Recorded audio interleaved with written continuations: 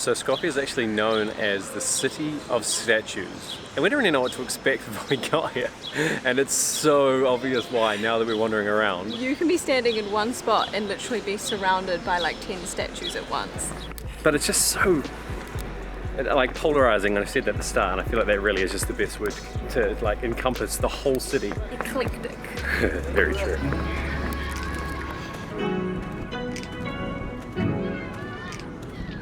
Feels like it's been a while since we picked up this camera. It's been ages. It might not seem like it in terms of the videos, but sometimes we have to let them catch up a little bit. So welcome to Skopje. So we have been here already now for over a week, and we've just been catching up on life and work, and we've got this awesome apartment that we showed at the end of our last video. But so we're going to do a little bit of an update video in a while, like what do we call it? Like a day in the life? A day in the life kind of video, yeah. Yeah, but today is our first time kind of like venturing out of the apartment. We are going to be doing a walking tour of Skopje to find out a little bit more about the history, and then in a few days' time we are also going to be visiting Lake Oran, which we hear really good things about. Very good things. But before we go and do the walking tour, we think it's probably a good time to pause and address a really controversial topic about the name of this country. So within the last year, an agreement was reached to officially adopt the name North Macedonia. If you want to know a bit more, definitely give it a Google. But we have become very aware that depending on your nationality, political stance and personal opinions, there's still huge debate over what's officially been agreed upon and what's preferred. As tourists, we always try to be as respectful as we possibly can, but this is definitely one of those situations where there's just absolutely no way that we can please everyone. It was quite weird seeing this place first thing in the morning, although 9:45ish didn't feel super early. No, there was no one around. It's like a ghost town. Literally, the fountains hadn't even started yet. It was that early. But we have just since found out that it's also a public holiday and maybe some sort of a religious holiday as well. So, and it's Sunday, so we've got the triple threat today, which might be nice to see it a little bit more chill. But I can tell you've got like things in your head already, because we've met Vashko, our guide for the day. It's literally been 5 minutes and I'm already exploding with information. Go get it out now. So the most important thing I guess to say now is that this tour is going to be split into two. So there is two parts to the city, the old part and the new part. We're going to be starting in the new part, and there is so much history here. He literally pointed to two buildings behind him and was like, these might look like old buildings, but these are new facades. So there was this whole project in 2014, which we'll explain a little bit more about, but that's what makes this city so, what did you say? Polarising. It really is. It's got these like beautiful buildings next to this, which look new but in an old style. Yeah.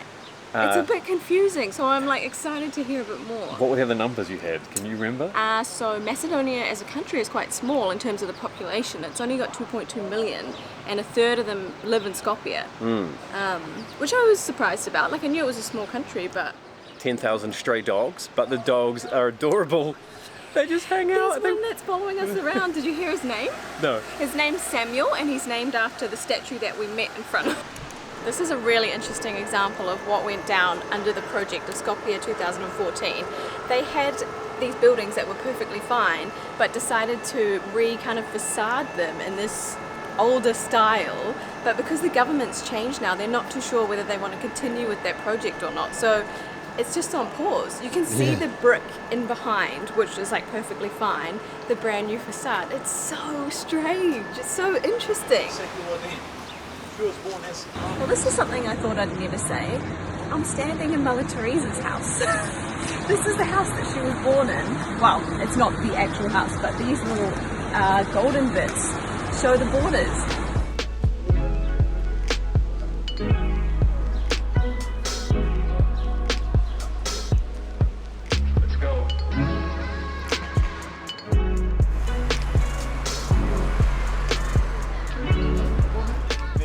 Vashko really wasn't lying when he said that these dogs come along with us.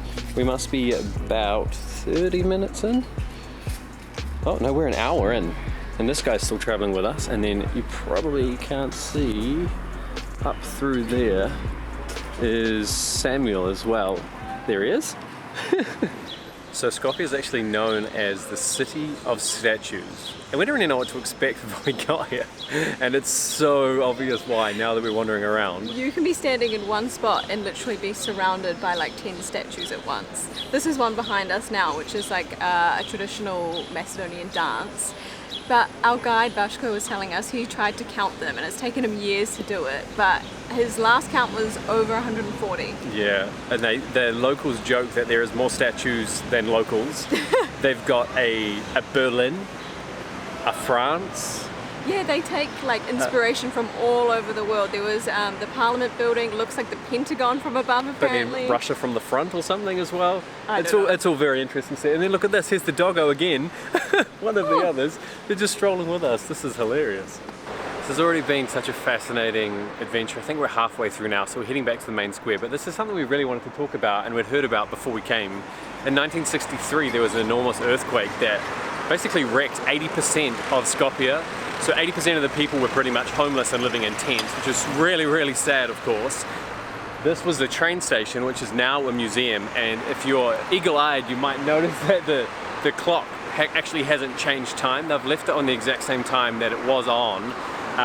Basically, when the earthquake hit, the clock stopped. So they've left it there, and there's this really nice story behind it. I can't exactly remember Vashko's words, but it was like, to remember to love each other, and that, like, you know, this beautiful message about like life is sort of short, and to appreciate it and welcome each other and love thy neighbor. And I don't know, I feel like these guys are really just making the most about what has been quite pretty horrific kind of existence and turbulent history, especially with some of the neighbors and everything. It's all very complicated, yeah.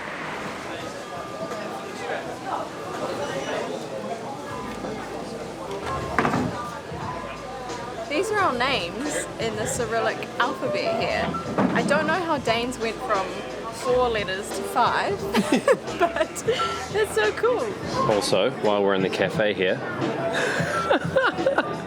this is, yeah, Samuel's under, this is our halfway stop, and he's coming to say hello. He's hanging out with us all. Anyway, we've had our quick pit stop, and now we're about to cross over a famous stone bridge, I think, to get to the newer area and check out a batch of new statues and find the old Bazaar.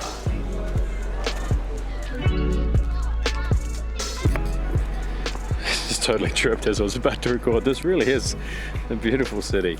If you look at all the statues and the facades, it's very beautiful. I admitted it. I admitted I did it.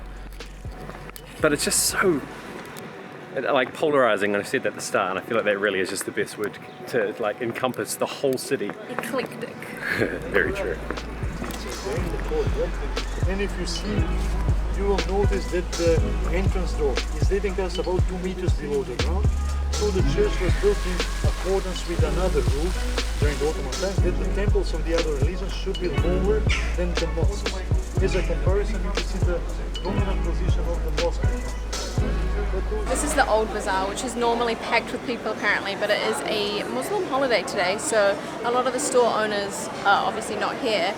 It is full of smells, a lot of smells that we smelled in Turkey, because it's the old Ottoman kind of vibe. There are kebabs everywhere. There's always a restaurant open though, so that's what we can smell, is that there's always still people that have to eat. So even though directly we were walking ahead here is just mainly like, this is a little bit more storefronts than what I expected. I think I expected more like markets, but maybe we're walking around to a bit like that. But you can see up this way, it's pretty dead, but nice to see when there's not like, let's just pick a number and say thousands of people walking next to us in this 40-degree heat.